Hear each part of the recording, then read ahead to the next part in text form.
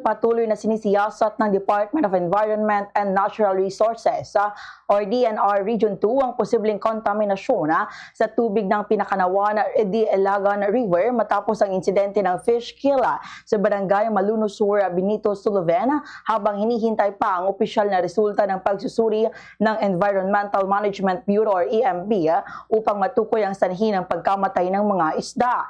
Sa panayam ng Bombo Radyo Kawayan kay Attorney John Mark Paracada, Chief ng Information Division ng DNR Cagayan Valley, nakatanggap ang kanilang tanggapan ng ulat nito noong May 30 kaugnay ng umano'y fish kill sa bahagi ng Pinakanawan de Ilagan River sa barangay Maluno Sur, Benito Suluven.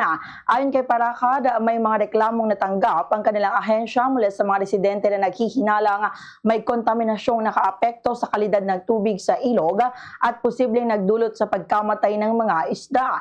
Noong May 31, nagtungo sa lugar ang DNR Region 2, Environmental Management Bureau or EMB, mga Provincial Environment Officers ng Isabela at Senro Nagilian upang magsagawa ng investigasyon at pagkuha ng mga sampola. Sa kanilang inspeksyon, nakitang mga namatay na karpa, tilapia, kurilaw at igat na tinatayang umaabot sa mahigit 100.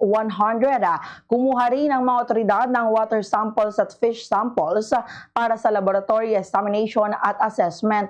Sinabi ni Paracad na nagsagawa rin ng pagsusuri ang Bureau of Fisheries and Aquatic Resources or BFAR kung saan lumabas na nasa normal na antas ang ammonia, nitrogen, nitrate, nitrogen at temperatura ng tubig.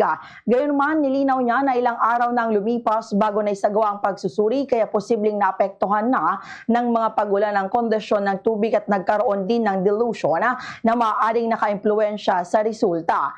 Lumabas din sa isinagawang morphological examination na hindi pa maaaring direktang ituring na kontaminasyon ang sanhi ng pagkamatay ng mga isda. Anya, mas malinaw sana ang resulta kung naisagawa ang pagsusuri sa mismong araw ng insidente. Samantala, wala pa rin inilalabas na opisyal na laboratory report ang EMB dahil mas marami itong sinusuring parameters kumpara sa isinasagawa ang pagsusuri ng BFAR. Kasabay ng investigasyon, nagsagawa rin ng inspeksyon ang DNR, iba pang ahensya at lokal na pamahalaan sa Green Future Innovations Incorporated, isang bioethanol plant sa San Mariano, Isabela, matapos itong mabanggit sa mga reklamong isinumite ng ilang residente. Sa isinagawang inspeksyon, natukoy ng DNR ang ilang kakulangan sa operasyon ng planta kabilang ng kawalan ng sapat na freeboard safety margins sa settling ponds, pagkakaroon ng mabitak sa ilang bahagi ng pasilidad, hindi maayos na lokasyon ng ash stockpile, problema sa odor control at kakulangan sa monitoring ng operasyon. Gayunman, binigyan din ni Paracad ng mga natuklasang ito ay may kaugnayan sa environmental compliance ng planta at hindi pa maaaring iugnay sa insidente ng fish kill sa Benito Suluven. Anya, hinihintay pa ng kanilang tanggapan ng opisyal na resulta sa pagsusuri ng EMB upang matukoy kung may kontaminasyong naganap sa Pinakanawan River at kung may kinalaman ito sa pagkamatay ng mga isda. Sa ngayon, wala pang inilalabas na rekomendasyon para sa pagsusumite ng operasyon ng planta habang nagpapatuloy rin ang investigasyon ng mga kinauukulang ahensya. Inaasahang may lalabas ang nasabing report mula sa EMB ngayong linggo. Ganitong bahagi ng pahayag ni Attorney John Mark Paracada. Yes sir, actually po, ako po personally yung nagtanong actually doon sa manager nila na bakit ganun.